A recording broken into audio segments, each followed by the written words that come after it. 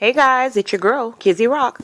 Guys, I wanted to talk to you all about finding yourself after losing yourself. Now, here's the thing. That can be a little tricky because you could be someone or you may know someone who have never found themselves ever.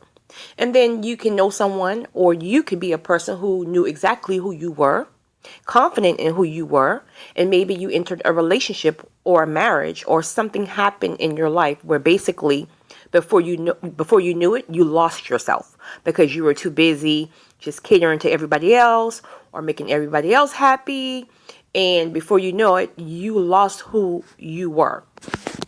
That is no fun if you've experienced that.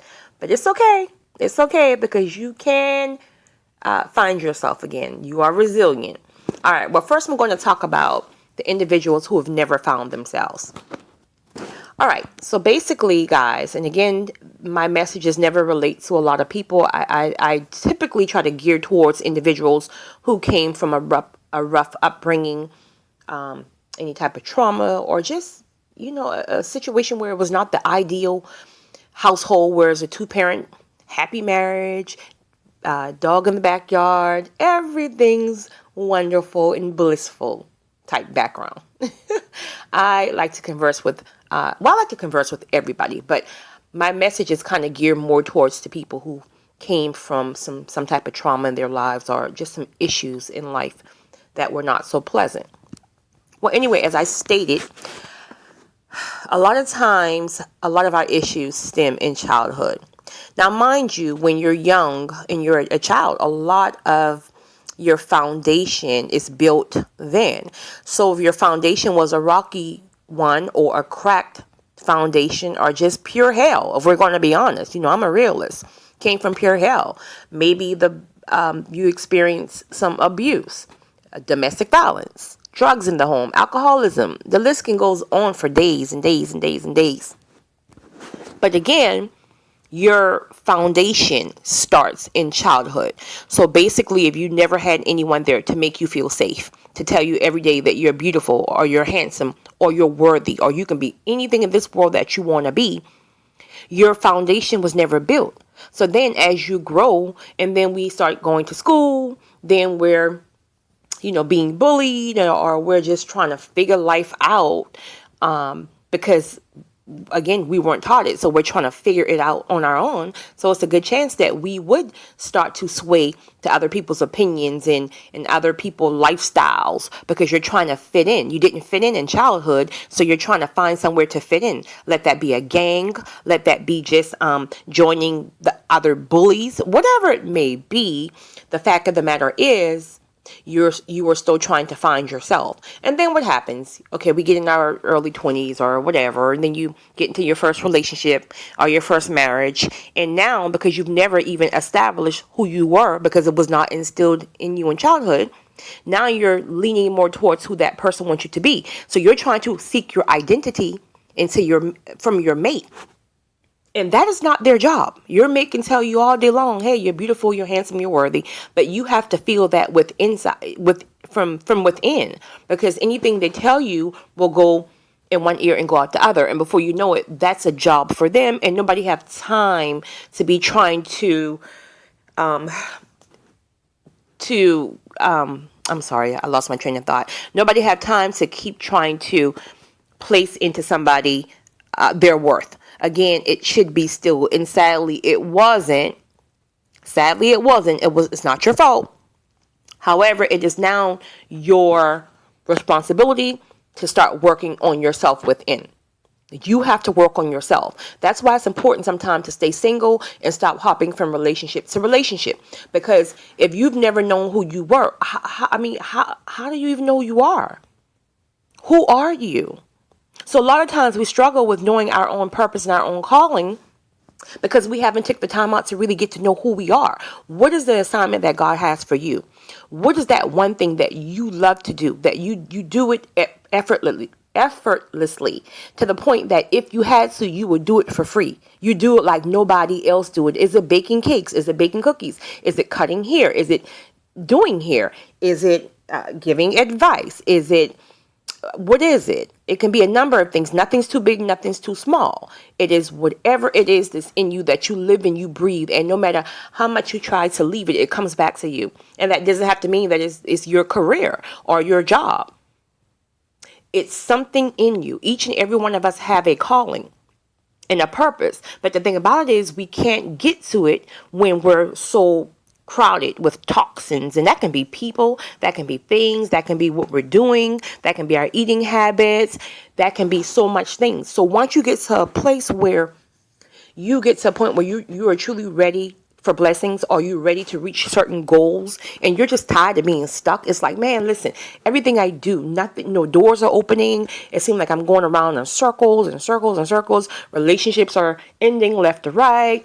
I can't find anybody to make me happy. Then it's time to chill out for a minute. Let's go ahead, let's separate yourself from the masses, and let's try to instill in you what should have been instilled in you in childhood, and sadly it was not. So, all right, the first thing, again, we have to identify our purposes. Now, in order to do that, you're going to have to shut some things off, because sometimes we can be so busy with family, with children, with school, with work, that we feel like we have no time for ourselves. Well, listen, you're going to have to make time, because that's part of self-care. Even if it's just taking you to get up 30 minutes earlier per morning. That was difficult for me, I'm gonna be honest, because I'm a late sleeper. But when I started to get my life in line, I had to start getting up a lot earlier. I would literally fuss with the alarm clock in the mornings. I hated it. But then I realized that I was getting more done in my day towards my goal, towards my purposes, as well as being able to still work in my career. So again, you're going to have to start applying self-care. I know people have kids. I don't have children, so it makes it a little easier, but it's still no excuse, because I know women with children who still navigate through their day to make sure that they're still working on their purpose and goals. Now, again, and the reason why I'm telling you to start self-care, that means getting up early, start working out, start eating healthier, start writing a to-do list. Something on that to-do list needs to be towards your goals for that day. Let's just say you want to write a book. Let's just say, okay, you need to, not on your to-do list, that means picking the kids up from school, going to the grocery store, getting my nails done, whatever your to-do list is, try writing something per day that entails your goals. So if you want to write a book, let's now add to your to-do list, write one chapter today. Like you still have to work, you still have to make money, so we just can't say quit your job. No, not a good call for the most part. But you still need to be working on your goals once you identify what it is that you truly want to do. What is it that you want to do? Do you want to open a salon? Do you want to open a barbershop? Do you want to be a motivational speaker? What is it that you want to do? You first have to be very, very clear about that. And you can only get clear about that once you start applying self-care and having time for yourself, allowing God to work through your spirit to tell you, listen, I've put into you this purpose. You've been feeling it all your life, but you kept sweeping it under the rug because you just want to work to make money. But I kept bringing this thing back to you. Like, I'm trying to open some doors for you, but you got to get in alignment. That means shutting some things off, shutting down some relationships. Anybody who's pulling from you mentally, got to cut it off. You got to start being selfish. It took me a long time to get here because I'm an empath, and oh my God, I have so many people pulling at me mentally, spiritually, financially. Like, I was all over the place and getting nothing done for myself.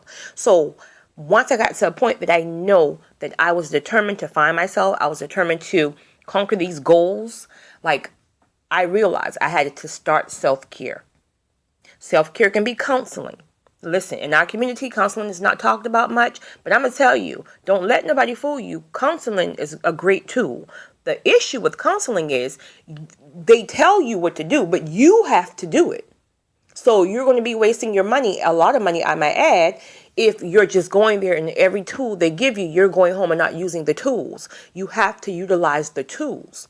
It is a very, very helpful technique. And I believe if many children who experience trauma early on in life, sexual abuse, physical abuse, abandonment issues, if these children were caught early on and had a counselor work with them, I believe we wouldn't be dealing with a lot of the issues that we deal with in adulthood, things that we're sweeping under the rug and messing up relationships because we're still, we're still really in childhood. We're still fighting certain things in childhood. We're trying to be seen. We want our confidence restored. I'm now fighting addiction. Not me, but I'm now, meaning in general, I'm now fighting addiction because addiction ran in my family.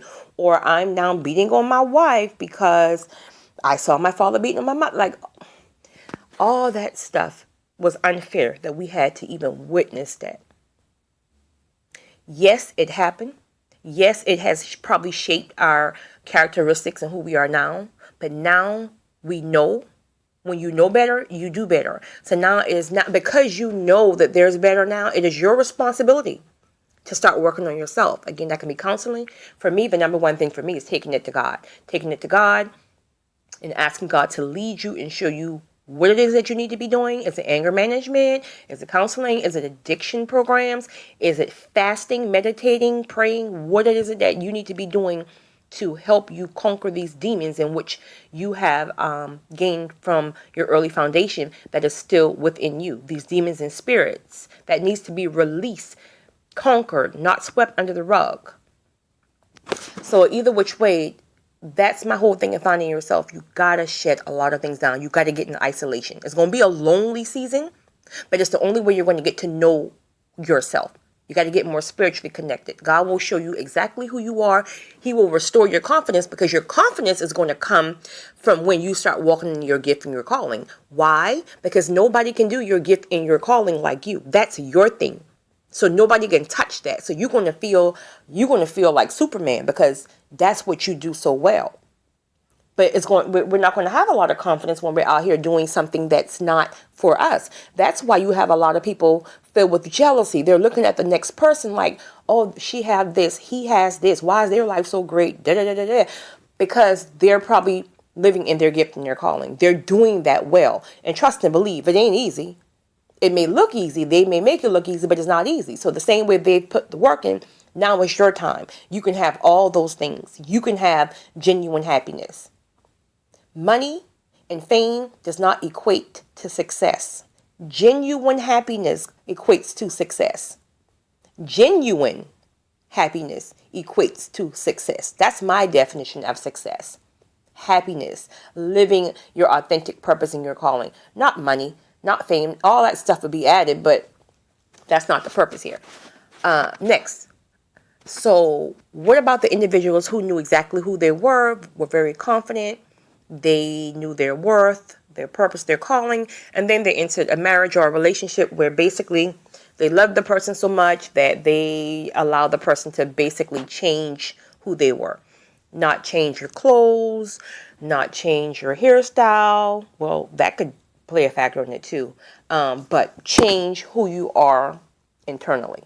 Meaning you were very confident in who you were, but because they were maybe not so confident and maybe they had insecurities, they did or said things to you that really mess with your psyche, reverse psychology. And before you know it, especially a narcissist, I don't know if you guys have ever, oh my God, but anybody who has played on your psyche and really make you think like you're crazy and you're not as beautiful as you really felt and all that other stuff. And before you know it, you've lost yourself in that relationship because you're trying to do everything to make that person happy. And then one day you wake up and you look in the mirror and you're like, who the hell am I? Like, how did this happen? Like, it sneaks up on you. It just doesn't happen overnight. It sneaks up on you. And now that self-esteem that you once had is now back to the ground. You don't even know who you are. You don't even love yourself anymore because this person has got so bad into your head and you lost who you were. Well, listen, it's okay. We're all human. The key to life is getting up. It's not if you fall, because we're all going to fall at some point, somehow. So it's not how you fall. It's how long you stay down. So when you take a fall, cool, kick, cry, scream, get it out. But get back up. Get back up. Be determined to get yourself back where you were. Be determined to get out of that relationship. If you know that relationship has been toxic for you, It's probably going to be hard for you to leave if your self-esteem is still down. So that's why you're going to have to work on getting yourself back to where you were. Blocking whatever they tell you out of your mind, because most time it really has nothing to do with you at all. You're not the problem. They're the problem. So they're on insecurities because you came in the relationship or the marriage so confident and so well put together. Maybe they had their own childhood demons to fight. Maybe you didn't. Maybe they did. And so to see you happy and whole like that, that messes with them. So now they have to break you down to where they are. Now you got two broken, lost individuals. How happy is that? The devil is a liar.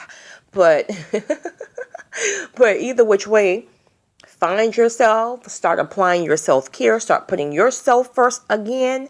Before you know it, that confidence is going to be restored, and you're going to have that confidence to be able to walk away. Walk away to be able to go and get what God has designed for you, not what you chose for yourself. So guys, I hope this can encourage